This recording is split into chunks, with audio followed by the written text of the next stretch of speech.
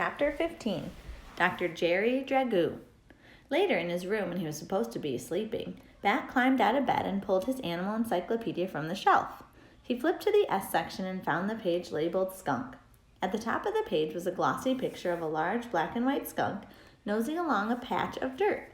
In the background of the picture were hundreds of white and yellow daisies. Below the pictures were a bunch of questions and answers about skunks. Why do skunks spray? Skunks spray an oily liquid from glands underneath their tails as a defense. Their spray doesn't cause any real damage, but boy is it stinky. A skunk's smell can be detected by a human from a mile away. Where do skunks live? Skunks can make many places their home. Abandoned burrows constructed by other animals, a hollow log, even underneath your house. What are skunks' predators? Lots of mammals, including red foxes, coyotes, and domestic dogs, will attack a skunk if they get hungry enough, though only as a last resort, because it's difficult to attack a skunk without a smelly reminder of it. But aerial predators, large birds like owls, don't care so much about the scent.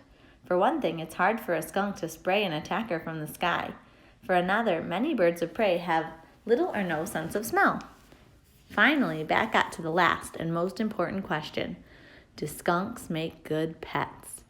Skunks are wild animals, and wild animals belong in the wild. But according to the world skunk expert, Dr. Jerry Dragoo, head of the Dragoo Institute for the Betterment of Skunks and Skunk Reputations, while skunks in general do not make good pets, what makes a good pet is a good pet caretaker.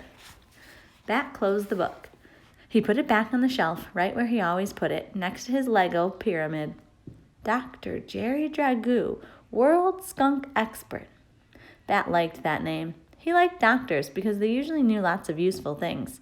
He liked the name Jerry because it was the same as that family mouse in the old cartoons, the one who always outsmarted the cat. And Dragoo reminded him of dragon. Of course, there was probably no such thing as dragons, but there might be. Dr. Jerry Dragoo. That was someone Bat would like to meet. Chapter 16, A Correspondence. The next day, when it was time for recess, Israel stopped at Bat's desk instead of going outside with the rest of the class and asked, "Hey, Bat, do you want to play Foursquare or something?" "No," said Bat. He was still sitting at his desk. "No, you don't want to play Foursquare?" "No, I don't want to play anything," Bat answered. All the other kids had left the classroom, and Bat really wanted Israel to leave too, so that he could talk to Mr. Grayson in private. But Israel kept standing there like he was waiting for something. "Well, do you want to go outside and just not play anything?" "No," Bat said, "I don't."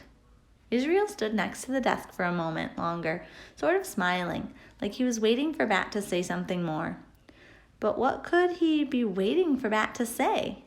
In his head, Bat ran through the list of things that he was supposed to remember to say to people.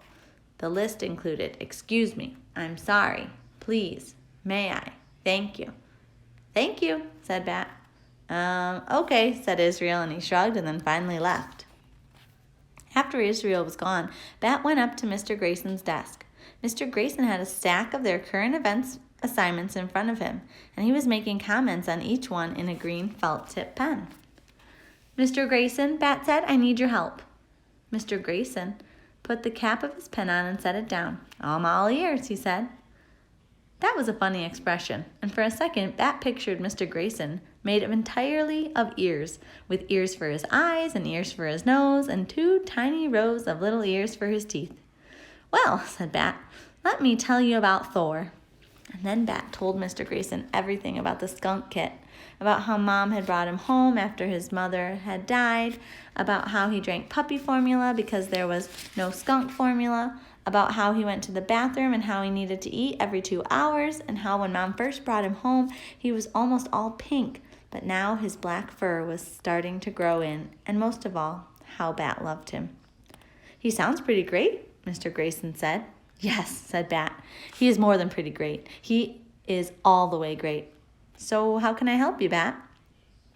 "There's a world skunk expert named Dr. Jerry Dragoo, and I want to ask his advice about something. It's important." "Okay," said Mr. Grayson. He pushed the stack of papers to one side and pulled his laptop from his satchel. He opened it and logged on. That was one of the greatest things about Mr. Grayson. If you said you needed help, he just helped without a lot of annoying questions. There's only one Dr. Jerry Dragoo, said Mr. Grayson. He's a professor at a university. We can write him an email if you want. That's his email address right there. Could it really be that easy? Could Bat really just write to the skunk expert? Bat liked to send emails. He sent emails every month to his grandmother who lived in Idaho because he hated talking on the phone. Emails gave you more time to think. Okay, said Bat. What do you want to say? I can type it for you.